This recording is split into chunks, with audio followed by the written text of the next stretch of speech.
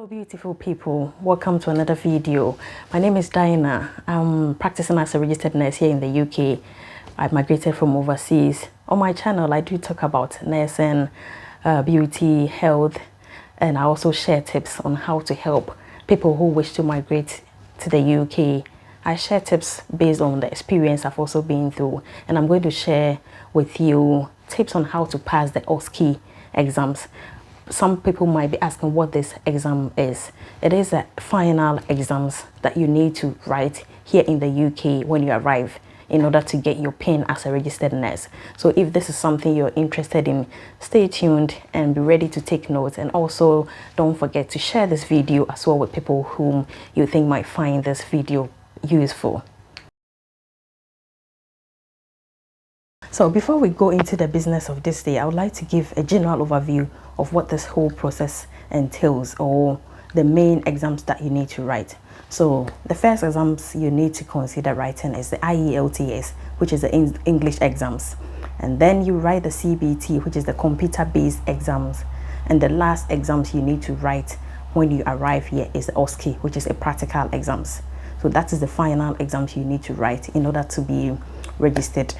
So after going through this whole process of writing IELTS, CBT, getting the necessary documentation needed even to arrive, having to go through interviews to get a job offer to finally get here, the last thing you would want is to get here and not pass the final exams with which you need to get registered finally.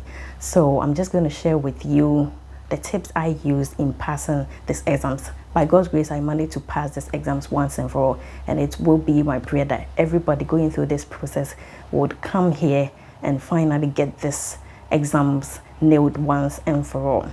So just stay tuned, and if you need to take a pen and a paper to take notes, just do that whilst I share this process. And I believe that by the time this video is over, you would have learned something very, very useful which will help you in your preparation towards this OSCE exam. So someone would ask, what is OSCE in the first place? So OSCE, the full meaning is Objective Structured Clinical Examination. And like I said, it is the practical and the final exams you need to write in order to register with UK NMC. And the purpose of this exam is to assess how you apply your professional skills and knowledge into practice here in the UK. So let's talk about what this OSCE involves. It's made up of 6 different stations. The first 4 stations assesses your knowledge and understanding of assessment, planning, implementation and evaluation. And the next 2 sessions, you'll be asked to perform certain nursing skills. Some of them include wound care, removal of catheter, fluid balance, checking of vital signs. You would also be assessed on how well you perform proper hand hygiene. So you'll be asked to do any of these 2, not all of them. But you'll never know which of them you'll be asked to do on that day. So you just have to keep practicing all of these and have the steps and the rationales at your fingertips, so that in case you're asked to perform any of them, you will be able to perform it accordingly. So where can you take these OSCE exams? We've got 4 different locations here in the UK where you can take these exams. We have Ulster University in Northern Ireland. We've got University of Northampton, Oxford Brookes University in Sweden campus, and Oxford Brookes University in the main Oxford campus. So depending on which hospital you work in, you can be booked to have these exams in any of these locations, and it all depends on the hospital or the OSCE trainers in your hospital. So where do you get materials to study for these exams? So obviously you definitely have trainers, OSCE trainers in your hospital. So they will be the first point of contact when it comes to getting useful materials to study for these exams. We also have the Royal Marsden booklet, which has most of the clinical skills you'll be assessed on. And what I like about that book is that it has the steps involved in the skills as well as the rationale. So you get understanding of why you are doing everything, because most of the assessors would want you to have the understanding of why you are doing what you are doing. Also, we can get useful information from the website of these universities that organize the exams. So I've put the website of these universities in the description box, and once you click on it, it takes you to the university's website, and you can find useful information. And they even have OSCE mock scenarios where you can practice with your OSCE group members or even on your own, so that you can master them and get this OSCE done once and for all. Now to the main business of the day. How do you actually prepare to pass this OSCE exams once and for all? I know after going through this hassle and stress of coming here, each hospital is different. In some hospitals, you are expected to do this OSCE training whilst working as a band 3 in the hospital. In some hospitals, you don't go to the hospital to work as a band 3 or as a healthcare assistant.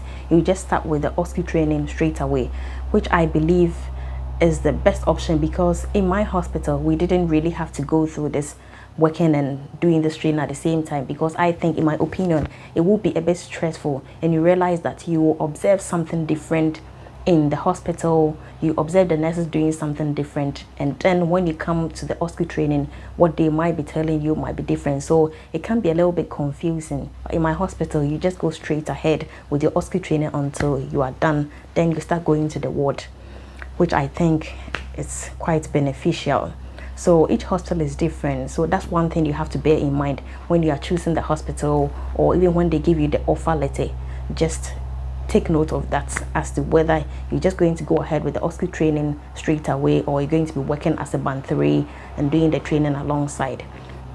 So the first tip I will give in passing this OSCE is to take the training very, very seriously. Each hospital have their own OSCE trainers. In my hospital, it was mostly the practice development nurses. So it was mostly from Monday up to Thursday, and then on Friday, you're expected to do your own group practice in your various houses. So I know how difficult it can be, being mixed up with nurses from all over the world coming together. You would have to just cope with them some way, somehow, to study together, because that's the main reason why you are here. So just take all the sessions seriously, and if for some reasons you can't attend the training, you have to notify your assessor, because ideally you are being paid for this training. So if there is any reason why you can't attend, you just have to notify them. And if there is anything you don't understand while the training is going on, you don't need to be shy. Just be bold and speak up and ask questions, either your fellow colleagues or your trainers.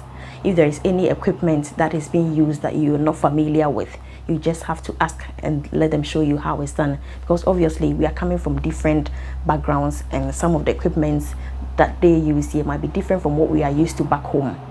And when you get to the OSCE training, the actual OSCE test, some of the equipment you are using in the training will be the same or similar equipments that you are likely to use in the main OSCE. So if you don't understand anything, or you don't know how to use any equipment, that is the time that you need to ask questions. Be bold enough to ask questions and get involved as much as possible in all the clinical skills you'll be assigned to, either as an individual or as a group.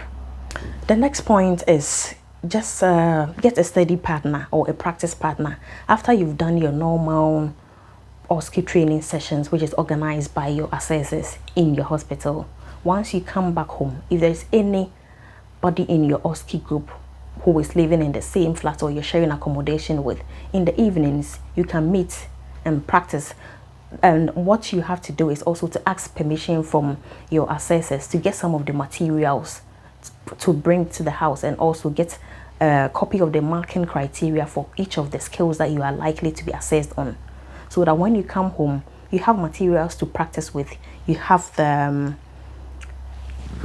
the marking criteria, so you just take turns in assessing each other. So for instance, if I'm practicing with my flatmate, I will just be the assessor and then assigned my colleague a task, and then I'll just be going by the marking criteria to make sure that he goes through it all.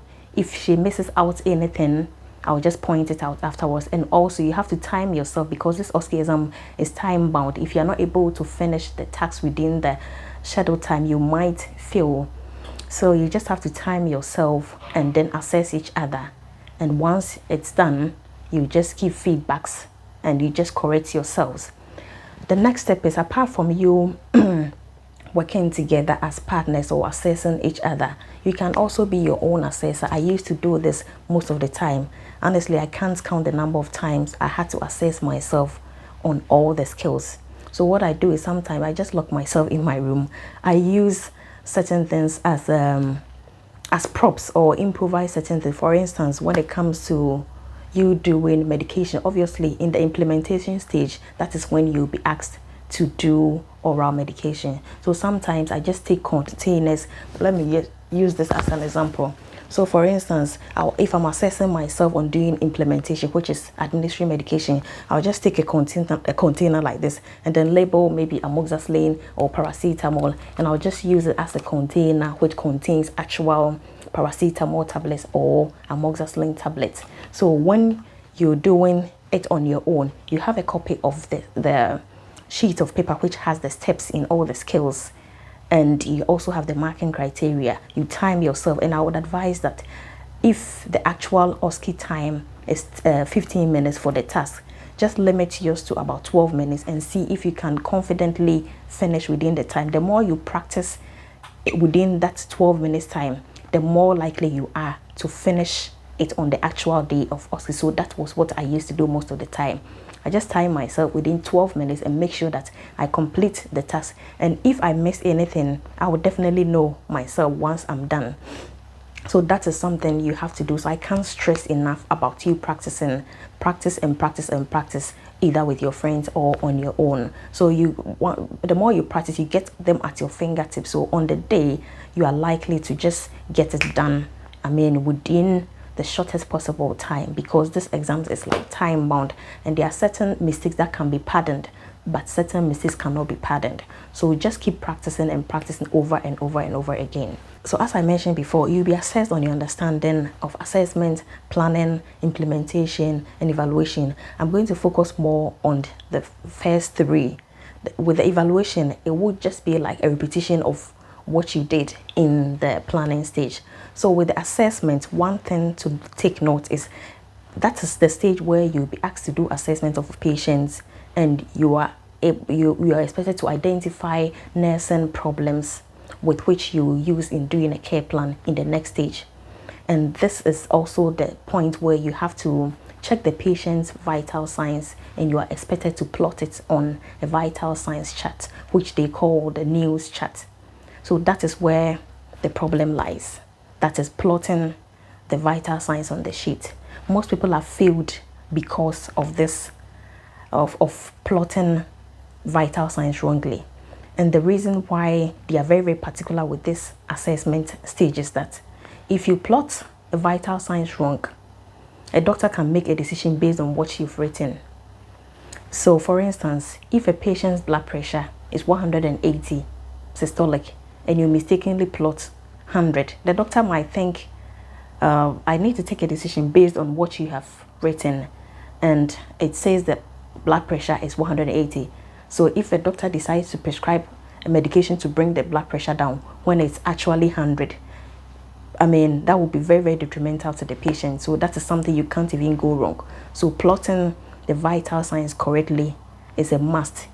If you are plotting a heart rate of 90 and you mistakenly plot it 60 beats per minute on the chart, that is a total fail.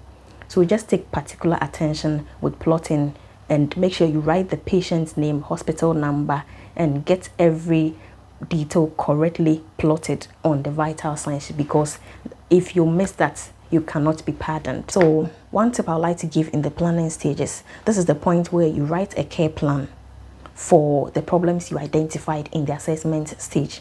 So what I would advise is try and write care plans over and over again for most of the common problems like risk of infection, risk of falls, pain.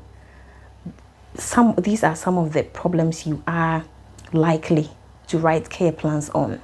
So if you practice writing the care plan for pain, writing a care plan for risk of falls, care plan for risk of infections, at least have them at your fingertips. Have them practice over and over again.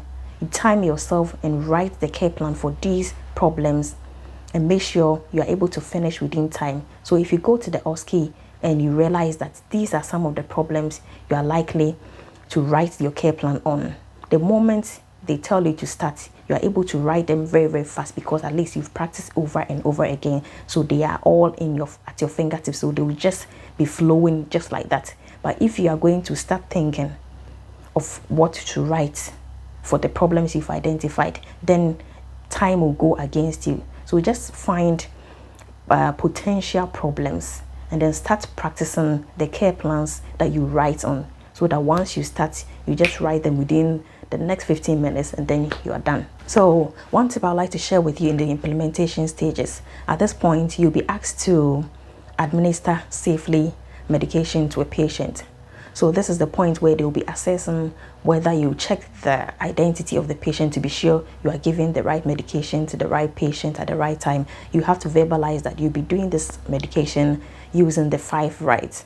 One thing you also have to notice is to check the identity of this patient before you even start. So normally there will be a wristband, although it wouldn't be a real patient. There will be a dummy on the bed, but they will expect you to be communicating with the patient as you would in the ideal world when you go to the ward. So you have to make sure it is the right patient you are giving the medication to. So you would have the drug chart and the patient would normally have a wristband. So just make sure you verbalize that you are checking the wristband against the medication chart. And normally the wristband will have the name of the patient, the date of birth, the hospital number, and you have to compare it with what you have on the drug chart just to be sure that it's the right patient. If you don't do this identity check, it will be a fail, because they wouldn't want you to mistakenly give the wrong patient the wrong medication in the ideal world. Another thing to consider is to check if the patient has any allergy, because they are likely to include a medication that the patient is allergic to on the medication chart, just to find out if you would actually ask if the patient is allergic to something. Because if you mistakenly give a tablet that the patient is allergic to, it is a complete fail. So if a patient is allergic to amoxicillin and there is amoxicillin on the drug chart, you should verbalize that the patient, I've asked the patient if he's got any allergy and he's allergic to amoxicillin, and unfortunately it has been prescribed. So you get the doctor to notify that. At least they will know that you've identified that allergy. If you don't check that allergy, it will be a fail, because you might give the wrong patient the wrong medication. And after you've prepared the medication, now you've got the right tablets. Before you actually administer the tablet, one thing they would also expect you to do is to do a second identity check. So you have to do that wristband check-in and match it with the information on the drug chart, just to be sure you've got the right patients and you've got the right medication before you even give it to the patient to swallow. So just take these points into consideration: doing the first identity check, getting the right medication, checking for allergies, and then doing the second check just before you administer the medication.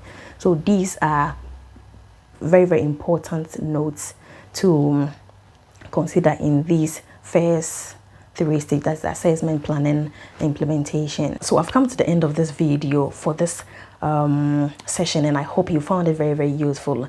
And I will entreat you to share this video and kindly subscribe and also like. And in the next video, I'm going to talk about what to actually expect, or what you're expected to do on the very day that you're going to do the OSCE. So stay tuned and don't forget to subscribe and hit the notification bell so that you don't miss the next video I'm going to upload. Thank you so much for watching, and see you in my next video. Bye.